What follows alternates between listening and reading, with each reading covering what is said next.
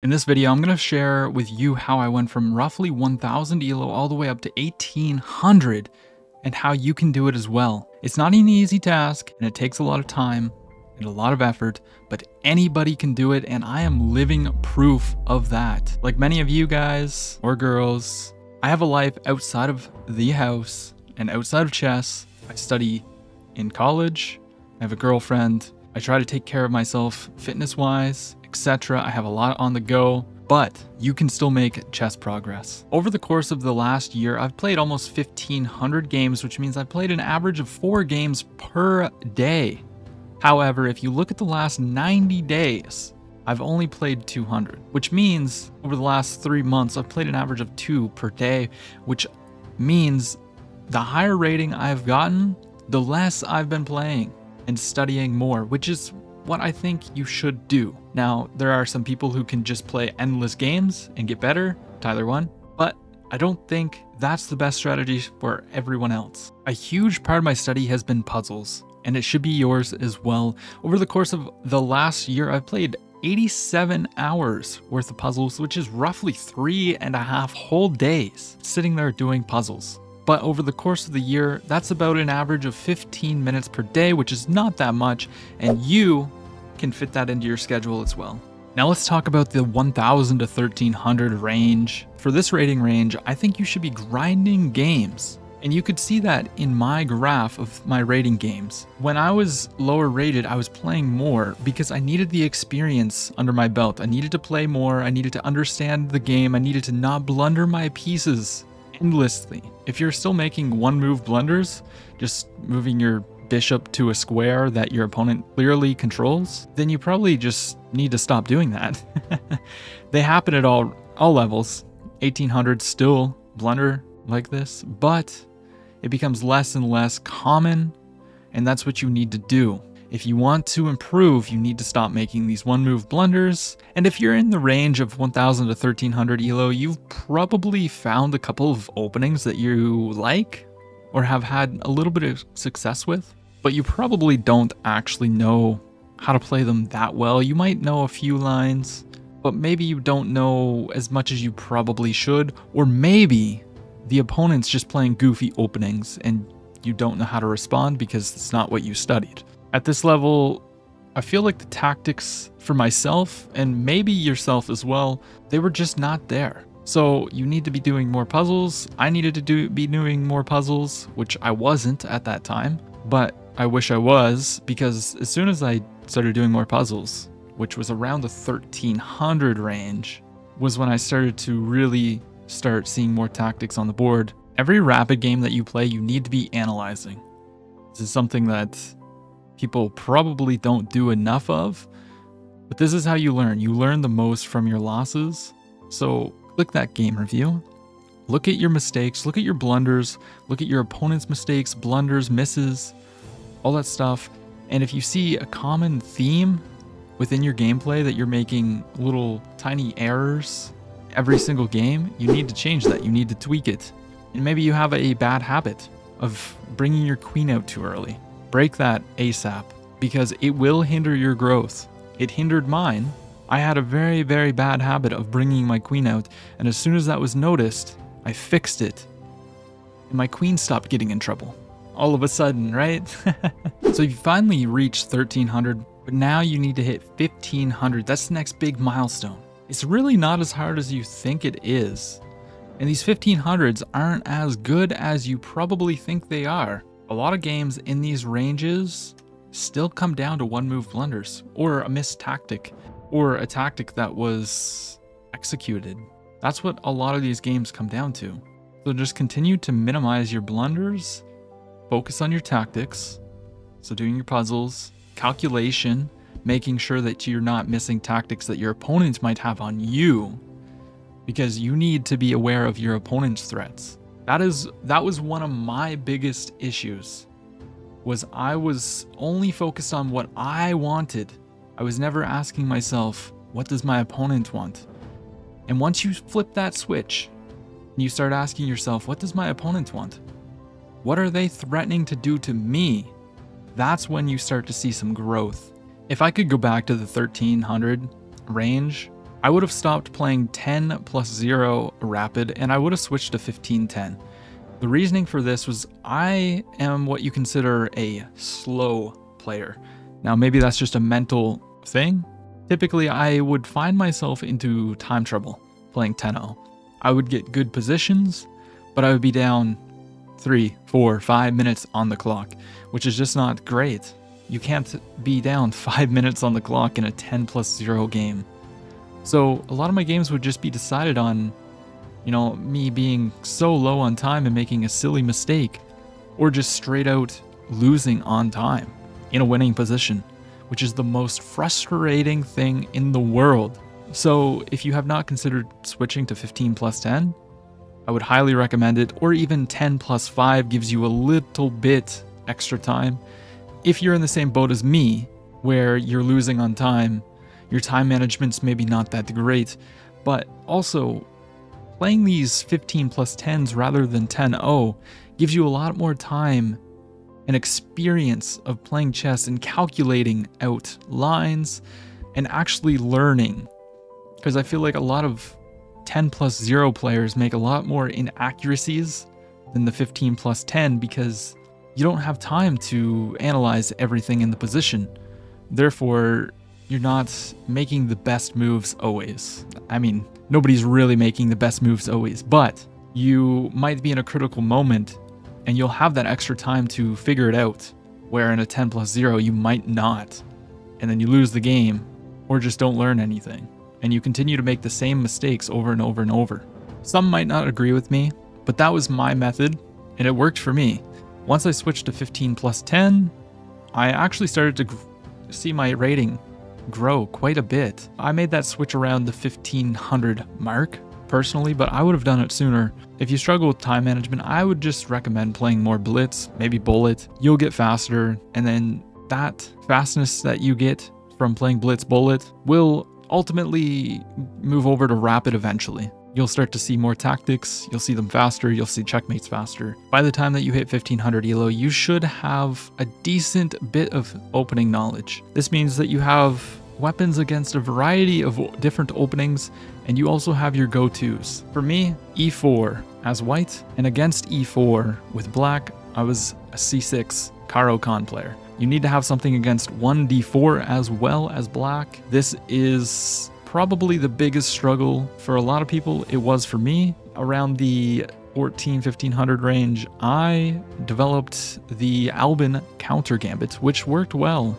But once you get higher rated, it doesn't do so well. So I would recommend finding a solid opening rather than a gambit opening. You shouldn't just know the opening moves. You should know the plans, the ideas. You should be able to execute them in the middle game. Because if you get to the opening and then you don't know how to continue, what's the point of the opening? So make sure that you know how to maneuver in your positions and how you're supposed to play on. As I mentioned previously, you cannot be one-sided. You cannot be a selfish player. You need to pay attention to your opponent, their threats, their tactics. You need to be calculating for them.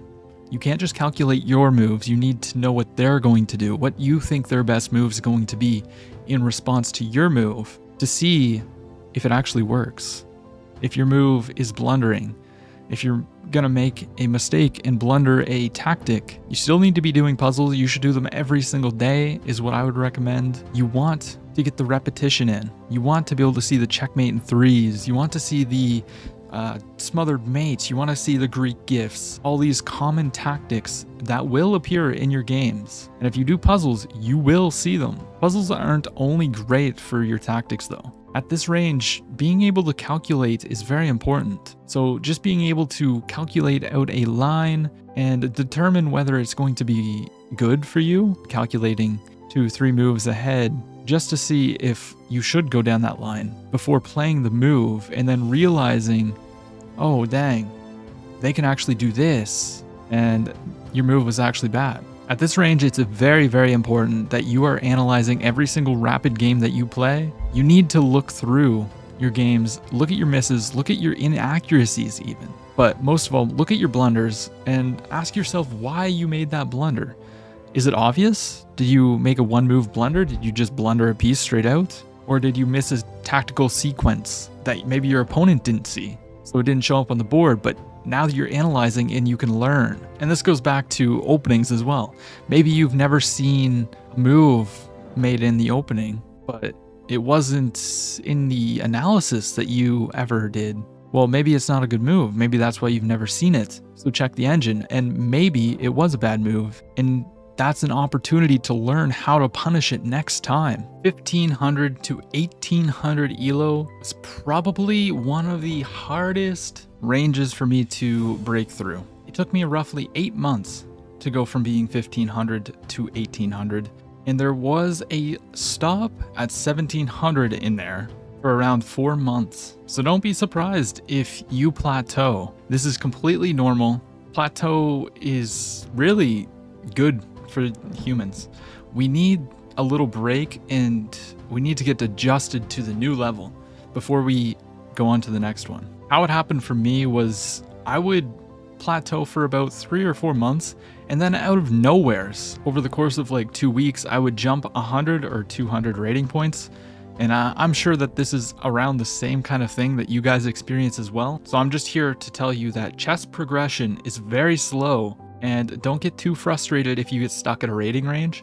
Just know you will break the plateau eventually. Just keep grinding and keep studying hard, keep playing your games, keep analyzing, doing your puzzles, all that good stuff. It's gonna require some work, so what I'm gonna recommend is that you make a Chessable account.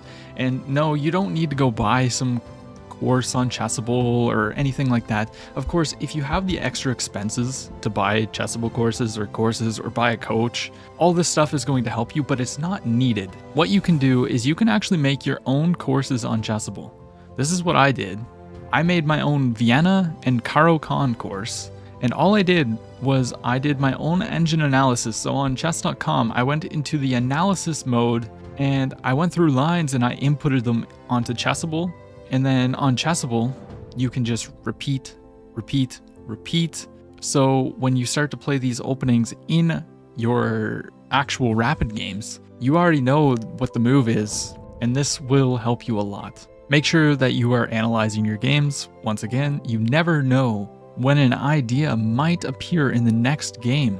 I actually had this game with this idea that I missed, and then just a couple games later, playing against the highest rated opponent I've ever had, that same idea showed up in my game, and I was able to execute and beat a 2100 rated opponent because I analyzed my game and I stored that idea in my head for next time. So do not neglect analyzing your games and looking at new ideas. The engine can sometimes be very weird, and you have to take it with a grain of salt because you are not an engine. You don't see 20 moves ahead. So some ideas you might need to toss in the trash, some ideas you might be able to store up here. So if you've got the 1500 Elo, you're probably pretty well versed with your opening repertoire.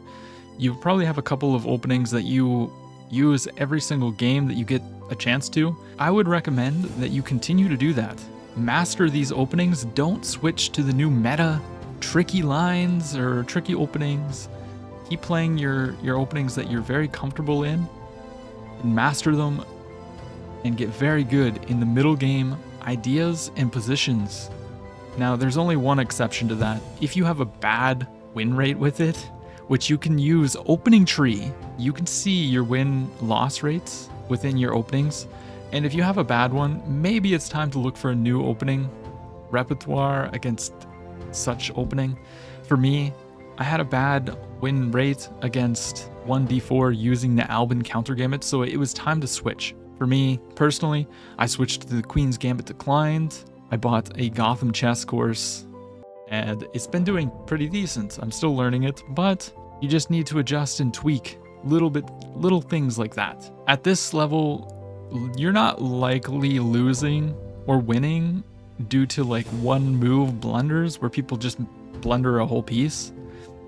Now, this will still happen, don't get me wrong, but it's not as common. It's way less common.